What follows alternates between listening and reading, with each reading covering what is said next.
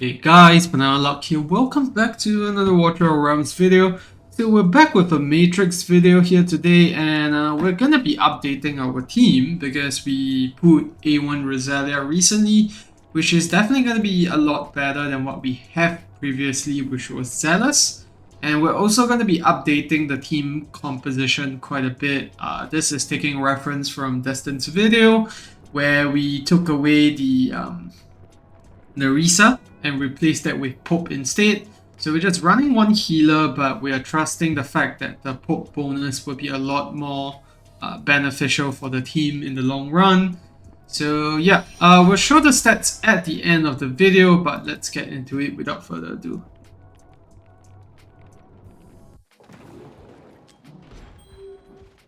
Alright, so placement is important.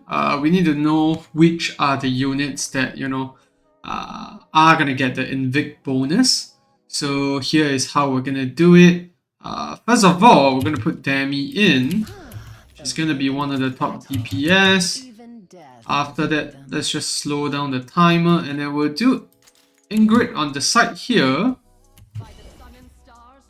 Then we can do Eluin. Sorry, I didn't put Beelzebub. Magda to the side. And then we'll do Wukong facing there. And Azeroth on the side here. And we'll put Pope facing to the left. He has Invict on. We don't have him in damage gear. And then we'll do Velara over here. Last but not least. And then yeah, we'll just let the auto play out here. This is the placement. This allows us to cleanse everyone within Eluin's range. So that's just something to take note of. And yeah, we'll just let the autos run for a bit here. We're not going to cast any spells just yet. Alright, then same sequence as the last time. About midway through the cast bar, we're going to cast Magda's ultimate. And 1/4 left, we're going to do the Eluin ultimate. You notice we haven't put Rosalia down just yet because I have her A1, so I'm going to take advantage of the extra damage for the first 20 seconds. And we're just waiting for the focus strike bar to be out. And this is when we want to cast it. About 3/4 left to the loading bar. We cast Rosalia's ultimate because it lasts for 25 seconds. Slightly longer than what we have on everyone else. And then once the Pact of Silence bar comes up, we're gonna cast Pope's ultimate. And then 1/4 left, we're gonna do Pope Lightning, then switch Azeroth. And there we go.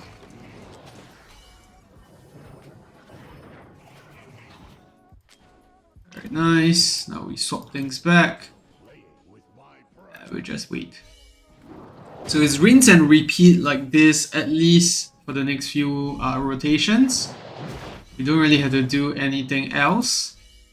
So yeah, after all the testing that was done by people, trying very hard in Matrix, it seems like keeping your ultimates only to Pact of Silence is still the best. And I am a bit late with Rosalia here, unfortunately, because I yipped too much. But let's cast the rest of the ultimates. And then we'll do Pope's ultimate at the start of the pack. And then 1/4 left. Do the same thing. Switch modes. And yeah. There we go. Switch Azeroth back.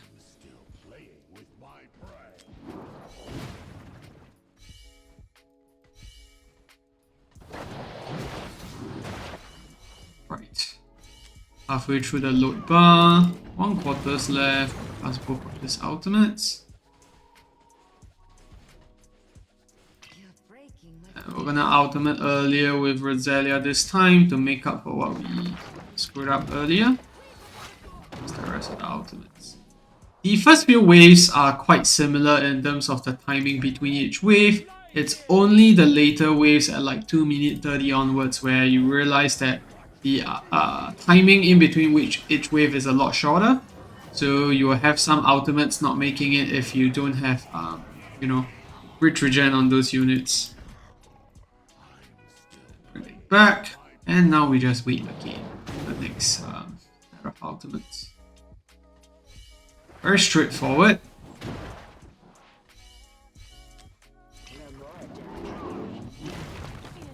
Go. And then we'll just wait for Rosalia's ultimate again. Okay.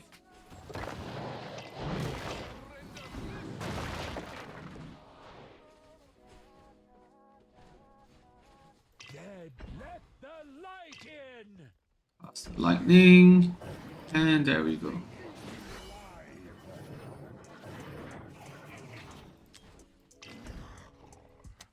Switch things back.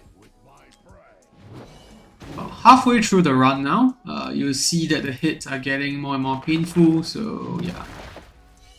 Just have to make sure you have enough HP on these units because we don't have AoE reduction on this team. And we're going to do the Magda ultimate a bit later this time, that's to be expected. And you'll see that Rosalia's ultimate may not come back in time as well, so yeah. It will get a bit sketchier from here. And then now we wait for the Pack of Silence. Switch over. Yeah, this is where the timings start to get a bit distorted. And we'll talk about how we deal with it towards the end there.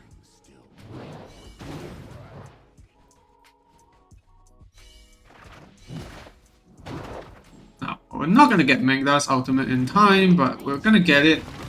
We're gonna get Eloin's, so you just need to make sure we cast that on time.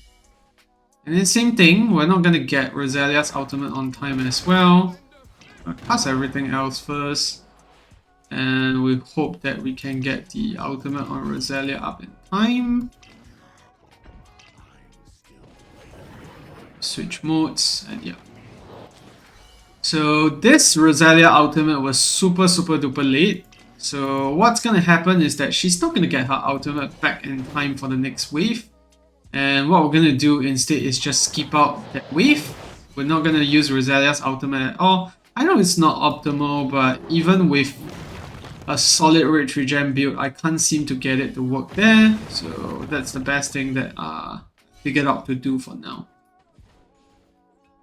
Now we get Magda's ultimate, another focus strike as well. You can see her ultimate is still not ready yet.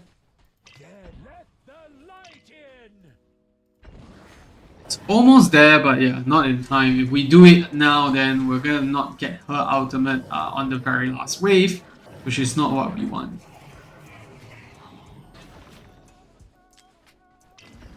Switch modes back. There we go.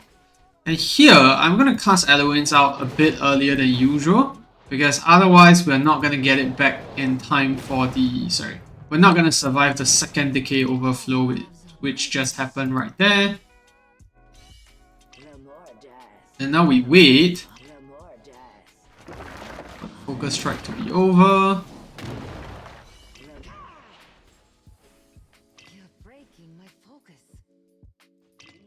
And then we're gonna cast all these ultimates here. Same deal as usual. And yeah, we're gonna break through that.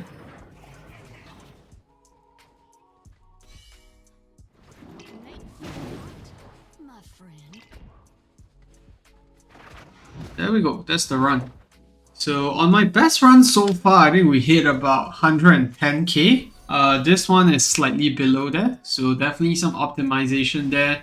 And there's also a bit of RNG with Rosalia because her skills change as and when. Sometimes you get Winter Spite, sometimes you get the amplified damage. So yeah, it does change quite a fair bit, but this is the run on how to, you know, optimize those units. And yeah, you can see that my Azeroth is not doing as much damage, so probably should switch things around and not give him the Invict buff. Should probably give it to Valara instead. So those are things that you can only find out after the run ends, and then you know what to do next. But you can see that it's probably Ingrid stealing most of the damage from Azeroth because we have her facing to the left. So yeah, let's take a quick look at gear now to see what you can expect.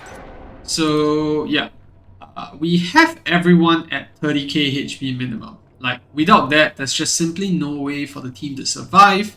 And I think my team actually survived much better because we weren't doing that much damage. We weren't building as much stacks on the boss. So how you gear them? Azrath is in Hell's Lament. And then we also have the Frigid Flame on him. I think that Hate's Contagion is probably a better artifact on him, but I don't have it maxed out, so I'll rather use Frigid Flame there. Beelzebub in Wings of Grace, and then the Tear of Twilight. If you have its exclusive, you can use that, but mine is not maxed out, so Tear of Twilight is better there. Rosalia, I have her in Soba Arcana. I've also been receiving mixed news that, you know, maybe Cataclysm is better on her, but so far, I feel like my assessment is that Soba Arcana is slightly better for her, because in Pact of Silence you only get 3 hits off. You can't really wait for the first stack to go off before you get all the stacks up. Basically, only her ultimates are considered basic attacks. Passive, where she paints the tiles, those are not considered it. So I tested it out with Volca in Guild Boss 1, just in a playtest to see which skills of hers are considered basic attacks. And then we have Demi, Soba Arcana. I would use Hell's Lament on her, but I don't have HP subs on my Hell's Lament, so this is the best that I can do. And then we also have Magda here with Cataclysm, and then the Curse Cult bonus, and then the Eye of Sin artifact. And then we have Pope in Invigoration, so we are using him to buff things instead.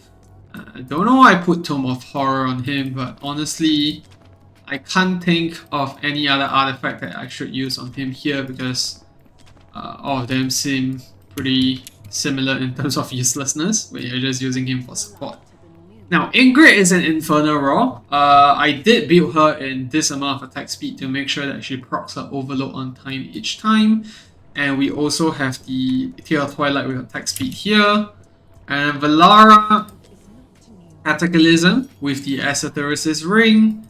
And then we also have the Dawnbreak artifact.